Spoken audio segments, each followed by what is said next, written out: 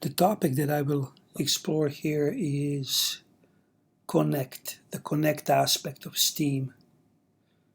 Together with explore and create, connect is introduced in STEAM education because of the changes to the future of work and the changes to the ways that we connect and collaborate with each other. And it also stems from the question of how we effectively and authentically reflect the changes in our society and the changes in work and our education. So if we look at the situation of connect aspect, with respect to STEAM, but also with respect to creating and exploring, we can see that they are all interconnected. And when we think about connection, it's not just simply thinking about communicating between people, but it's also communication between disciplines, communication between grade levels, and it is also collaborative inquiry. So the connection between people that we talk about is collaboration. So one way to think about it, who are we connecting? So we are connecting a group of local or global learners who arrive at a common outcome via multiple pathways of knowledge. So maybe we are connecting teachers, teachers that teach early childhood and elementary classes, and they want to figure out how to represent sustainability with their students. So maybe students are collaborating, and maybe students are creating a poster or an action that involves sustainability. So what are we connecting? We may connect concepts within a discipline. So maybe we're connecting geometry and algebra, or maybe we're connecting disciplines. So we're connecting art and ELA and mathematics and science, etc. And we're also connecting different contexts in order to create and explore. So maybe we're looking at mathematics in the context of how a city functions.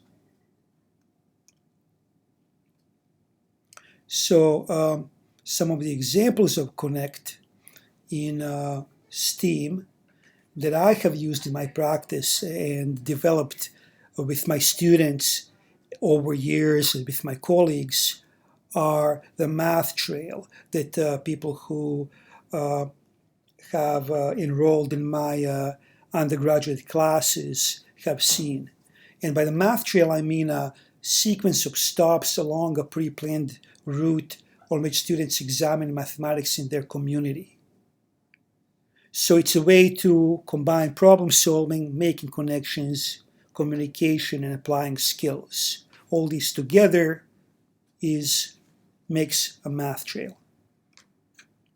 So here's an example of a Charleston math trail that I do, but there are math trails that I do on College of Charleston campus. There are math trails that I've done in Toronto.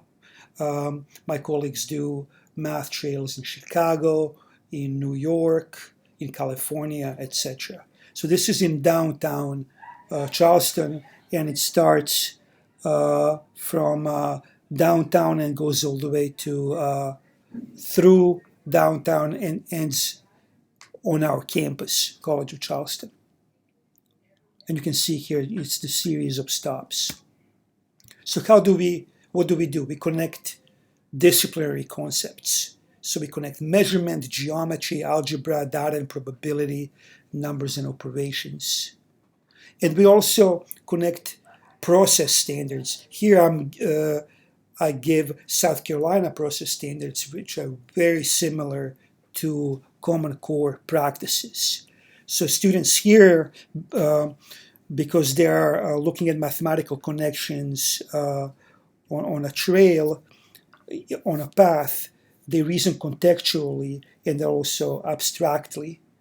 They use critical thinking skills to justify their reasoning, and they critique also the reasoning of others.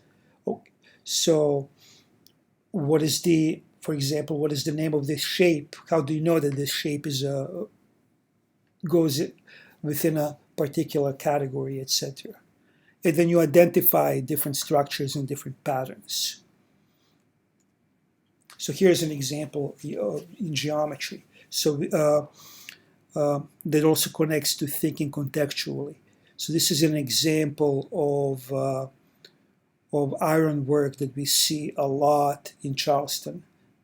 And depending on a grade level, you will see different things. You can see symmetries, you can see rotational symmetry, you can see cyclic groups if you are studying abstract algebra in a college setting. So there are multiple entry points here and multiple subjects and topics to connect. And here's an example of measurement and this idea how this can be seen differently through different lenses. Here's through the lens of a middle grade student and in this case a middle grade teacher. So what the teacher sees is a semicircle and it connects it with area. So it takes this shape and mathematize it. And the way that it's being mathematized, it looks different to sixth grader, to university student, to 5-year-old. Here's an algebra example.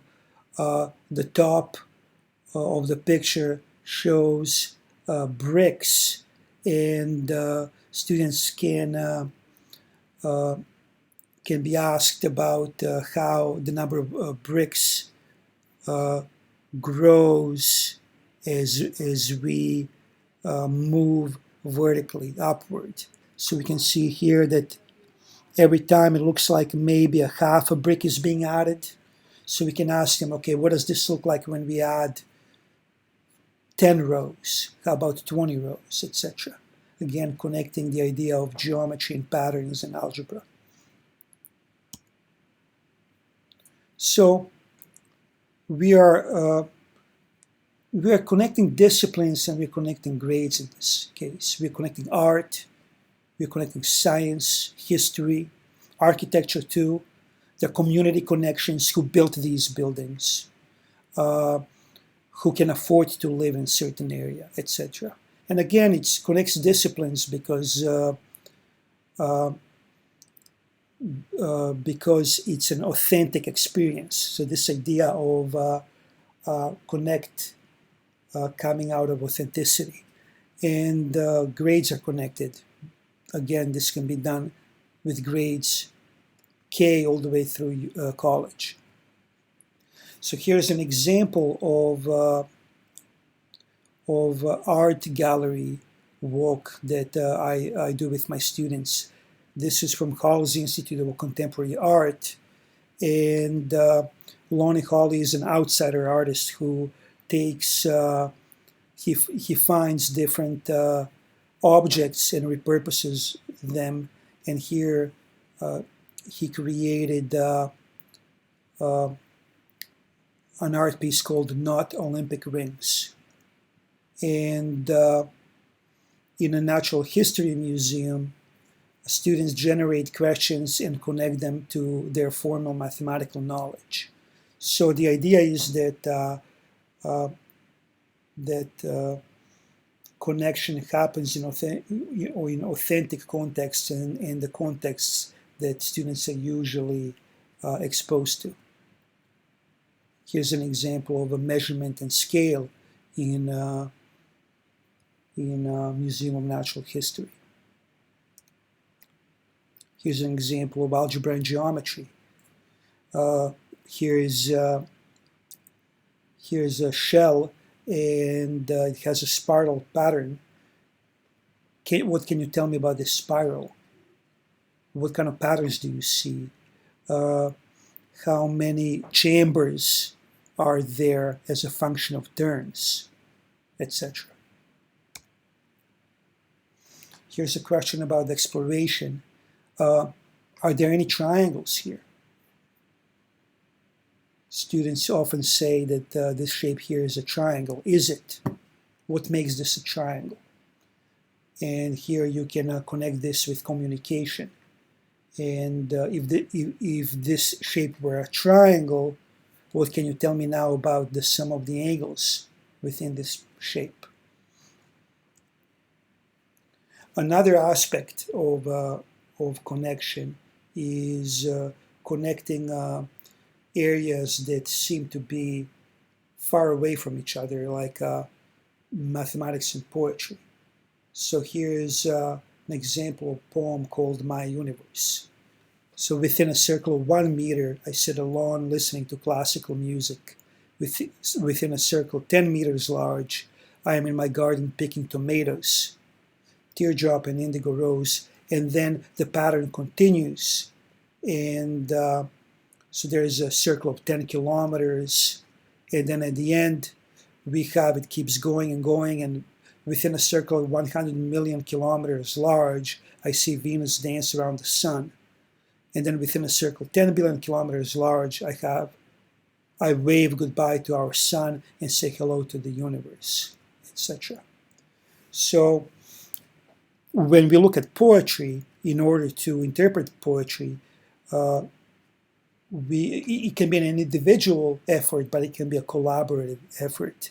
And here my students have annotated a My Universe poem and identified the different features within. So anything from this line shows that there are many stars in the sky. They found the topic of this particular topic contained a lot of information about astronomy. So they're talking about what Andromeda is, etc. Again, from connecting subjects, we go into connecting people, which is collaboration. So this is connecting different cultures. Here's an example of a linear poem, which means that each line grows the number of syllables by 1. In this case, because this was done by Helen, who is a native Mandarin speaker, using Chinese characters, each line adds 1 new character. And now Helen is connecting this to the actual algebraic representation of it.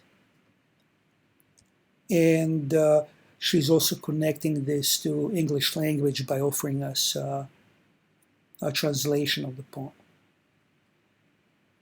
So again, the students get to connect their own culture to the subject and to the different disciplines.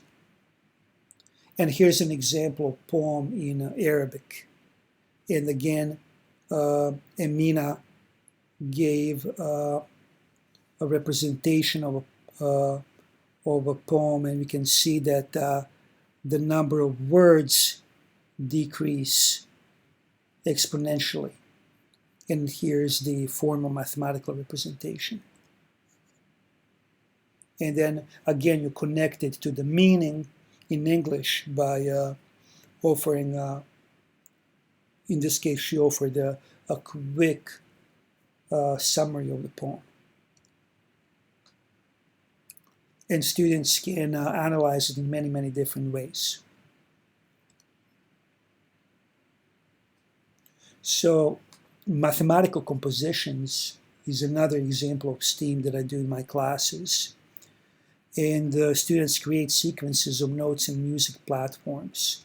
So for example, here's a sequence of notes that here every second note is played, and here every third note is played, and then students can identify when the 2 notes will play at the same time, which happens at 6 and then 12, etc. So they have a visual representation, but they also have a musical representation. And they also create their own compositions using different instruments. And we ask them more of a transdisciplinary question.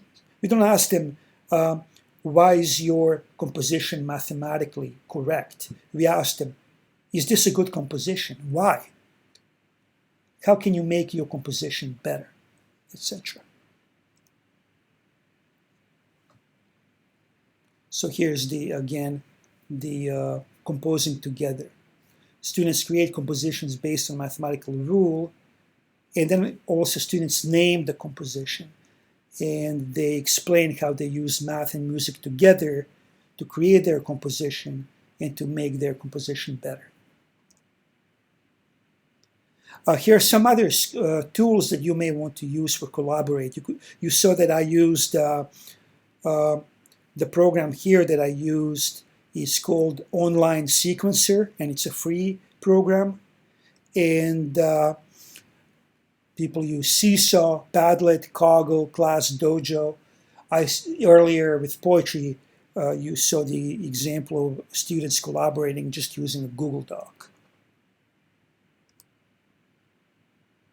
And now think about, how do you use STEAM in your projects and in your classes? How do you connect learners, disciplines, concepts, and grades?